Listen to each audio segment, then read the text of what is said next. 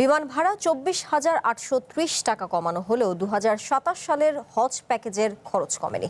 দুপুরে সচিবালয়ে হজ প্যাকেজ ঘোষণা করে একথা জানান ধর্মমন্ত্রী কাজী শাহ মোফাজ্জল হোসাইন কায়কোবাদ।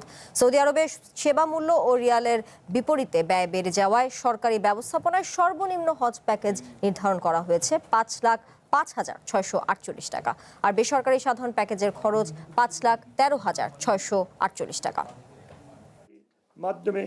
চাঁদ দেখা সাপেক্ষে আগামী বছরের 15ই মে পবিত্র হজ হতে পারে। এ নিয়ে দুপুরে সচিবালয় সংবাদ সম্মেলনে 2027 সালের হজ প্যাকেজ ঘোষণা করেন ধর্মমন্ত্রী। হজযাত্রীদের মক্কায় হারাম শরীফের এবার সরকারি ব্যবস্থাপনায় 2টি এবং বেসরকারি ব্যবস্থাপনায় 1টি, মোট 3টি প্যাকেজ ঠিক করা হয়েছে বলে জানান ধর্মমন্ত্রী। 2027 সালে হজে হাফ বোট ক্যাটারিং বাধ্যতামূলক করা হয়েছে। এই সকল উদ্যোগের কারণে হজযাত্রীদের সেবার মান বৃদ্ধি পাবে বলে আমি আশা করি।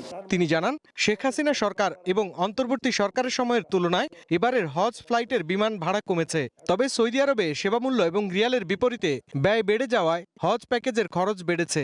শেখ হাসিনা সরকারের আমলে 2023 সালে বিমান ভাড়া ছিল প্রায় 2 লক্ষ টাকা। অন্তর্বর্তীকালীন সরকারের মেয়াদে বিমান ভাড়া 1,66,820 টাকা করা হয়। মাননীয় প্রধানমন্ত্রী প্রচেষ্টা বিমান ভাড়া গত বছরের চেয়ে 24,830 টাকা কমানো হয়েছে। ওই প্যাকেজের বাইরে হাজিরা নিজের পয়সায় খেতেন, এবার নিজের পয়সায় খাওয়া লাগবে না, এই পয়সাটা আগে দিয়ে দিতে হবে।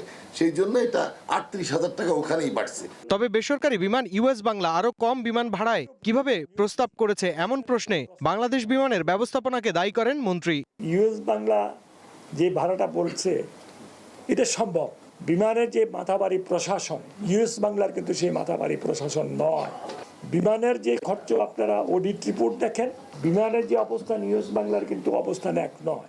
আগামী 4 সেপ্টেম্বর পর্যন্ত চলবে হজ নিবন্ধন, আর বাংলাদেশ থেকে হজ যাত্রীদের প্রথম ফ্লাইট ছাড়বে আগামী 8 এপ্রিল। এয়ারক্রাফট কেনার ব্যবস্থা করেছে, যদি ওই এয়ারক্রাফট শাহরিয়ার বাঁধন, ওয়ান নিউজ, ঢাকা।